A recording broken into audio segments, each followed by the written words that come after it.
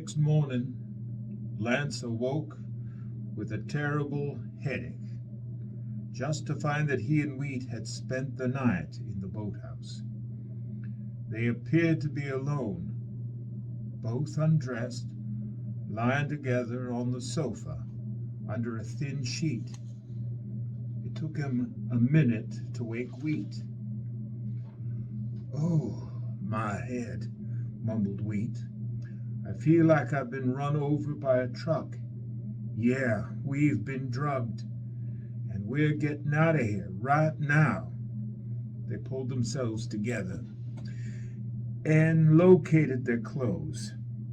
And although there was no trouble finding the rope bridge in the daylight, the swamp vapors were particularly pungent that morning due to the excessive humidity, adding another layer to the unpleasant atmosphere. And now they found themselves directly in the path of two big, hungry alligators. "Damn! This is the last thing we need right now," grumbled Lance. "Well, what are we going to do now?" asked Wheat. "We need to get across that bridge. Let's see if we can find anything to feed 'em," replied Lance. They went back to the boathouse and found some food and garbage. They put it all in a bag and headed back to the bridge. Lance tossed the bag away from the bridge, and the gators went for it. The boys ran as fast as they could over the bridge and back to the house. They managed to get a ride back to the city without even saying goodbye to Gerard. As soon as they got back, Wheat told Eula all that had happened. He was rather upset. He stood looking out the window of Eula's hotel room. "Grandma, I've been wondering, what makes people follow one particular religion? There are so many different religions. I mean, why do some people believe in the Almighty and others believe in something else? I don't know what to believe in anymore. Sometimes it's just so hard to tell the truth from the lies." "I've wondered about that too, honey," she replied. "It's all so easy when you're a child, 'cause grown-ups tell you what to believe. But when you're grown, you have to figure it out for yourself. But folks going to war over religion," she said, "that's got to be the most backwards part of it all. I mean, if God is peace and love." She paused and extended her hand in a question. Then she continued, "I think sometimes you got to put religion aside and follow your own heart. And I don't mean you should turn your back on God. I just mean that not every preacher is qualified to tell us all there is to know about heaven and earth. And I mean to say, preachers are human, not God. Sometimes they get things wrong. They make mistakes and are often self-serving. So you gotta trust your own heart and judgment." "Yes, you do, hon. Whether you believe in the Almighty or not," nodded Eula. "But I'll tell you what, Wheat honey, I love you. And I'm going to say a little prayer for you, 'cause that's what I believe." She placed her hand on the back of his head and pulled him in closer for a hug. They returned home, and a few days later, they had a Halloween party that lasted all night. The next morning, they were awakened by a knock on the bedroom door. Huh? Huh? Lance lifted his head. "What is it?" "Sorry to wake you," said William. but you have a phone call. Take a message. I'll get back to him, mumbled Wheat as he rolled over to go back to sleep. It's the police, William insisted. Lance hesitated a moment to let it sink in. Oh, God damn it, what now? He huffed in frustration. Okay, I'll be down in a minute. Wheat sat up and patted Lance on the back. It's all right. I got it. Go back to sleep. Good, said Lance as he pulled the covers over his head. Wheat took a minute to splash cold water on his face before throwing his robe and shuffling downstairs to the phone. By the time he got to the phone, William was just hanging up. Sorry. He said he had to go, handing Wheat a piece of paper.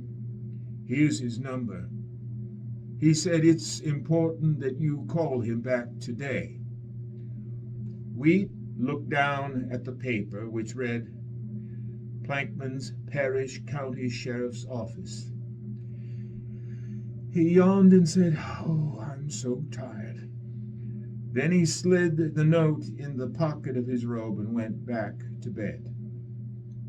As the day progressed, everyone eventually found their way to the game room and began snacking on leftovers. Cora began talking to Lady Atwood. I've been thinking about what you told us about those gold coins, and that sparked my curiosity. So I did some research. Did you know there's a museum not too far from here dedicated to that very thing? And I was wondering if you'd like to go and have a look at it with us. She pulled a few brochures from her purse. You see, I've been planning this trip to visit some of the local landmarks for some time now. We could go next week. Lance walked in looking stunned. Excuse me, ladies. He looked at Wheat. I just got off the phone with the Louisiana State Police. Omeros has been arrested for murder. Nick was found stabbed to death right after we left, and they think he did it. What? Exclaimed Wheat. Nick is dead? What did I tell you? I knew something like this was going to happen. That's what I was seeing in my vision by the boathouse. Eula looked worried.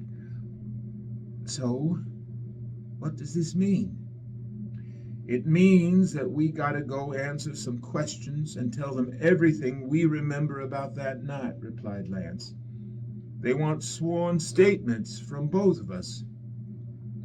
We might even be summoned to appear in court. I hope they don't think we had something to do with it. We should call Gerard and find out what's going on. Wheat ran upstairs to find his number. He fumbled around for a moment before finding it. Clearly frazzled when he returned, he said, We need to get a phone installed in the bedroom. Yeah, we need one in the office too, agreed Lance. I'll see to that tomorrow, said William. Wheat dialed as the others quietly watched and listened in anticipation.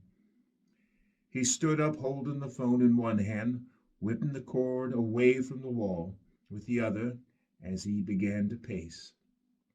Gerard answered the phone, and Wheat began questioning him. Lady Atwood leaned forward and leaned towards Lance and spoke softly. Who is this Omeros? He's the owner and tour guide of the Doleon Mansion. They all see him as some kind of local hero over there. It's strange. Lillian put her hand to her mouth and cleared her throat. Some heroes are just not worthy of our admiration, she said sternly. Wheat started with an apology. Sorry we left without saying goodbye, but we had to get the hell out of that place. Things got really weird that night after we left the boathouse, so we just caught a ride back with one of the other guests. Yeah, you're not kidding. Things really got crazy the next day, too, replied Gerard. But by the time I called your hotel, they said you had already checked out. And I didn't know how else to reach you to explain. Yeah, the police called this morning and told us that Amaros had been arrested for killing Nick, Wheat said into the phone, and then stood listening for a minute. The police showed up and kept asking me questions, but I didn't know what to say, explained Gerard. They arrested Amaros and took him away. Wheat's head was swimming with questions, but Gerard frantically begging him to remember anything that would prove that Amaros was innocent. Wheat was still annoyed. Well, if he hadn't drugged us, maybe we could be of more help, he said. I know, said Gerard. He asked me to apologize the next time I talked to you. He said he just wanted to. And another thing, Wheat interrupted. Why is it that Lance and I are the only ones affected by the drug? We all drank the same thing. Well, there were 2 bottles, said Gerard. You saw how quick he is with his hands. He does that. Well, that little trick just got him into a whole lot of trouble, snapped Wheat. Yeah, we're all probably suspects now. And around here, you're guilty until proven innocent, agreed Gerard. Look, I know you're angry, and I don't blame you. Ambrose does a lot of crazy things, but murder isn't one of them. I mean, things just don't add up. He had no reason to kill Nick. Can't you remember anything else? Well, the last thing I remember was feeling woozy, said Wheat. The next morning we woke up naked with a terrible headache. Naked? Asked Gerard. When Ambrose came back to the party, all he said was that you guys decided to spend the night in the boathouse. And I didn't think anything of it. Are you sure nothing else happened that night? Asked Gerard. Not that I can think of right now, said Wheat. Let me think about it and get back to you. Then he said goodbye and hung up the phone. Eula looked at him and asked, How you doing, hon? Okay, I guess, under the circumstances. Then he sat down at the game table with the others. He grabbed his pen and paper and said, I'm going to write down everything as it happened, so we don't forget anything when we are talking to the police. Lance agreed. Right. Everything was okay till we left the boathouse to find Gerard. Then we got lost. It was so dark. Then we got freaked out by those 2 naked guys by the bloody shack. They said they were gutting a gator. Then there was the guy with the antlers. He was crazy, said Wheat. That's when we met Nick and the witches, said Lance. Then he took us back to the boathouse. No, wait, said Wheat. There was the other guy, the middle-aged guy who kept looking at Nick. Remember? I think they had been fighting. Yeah, that's right. I'll bet someone in the group knows something that might help us. We should tell the police about all of them, said Lance. Yeah, I'm going to ask Gerard what he knows about all that, nodded Wheat.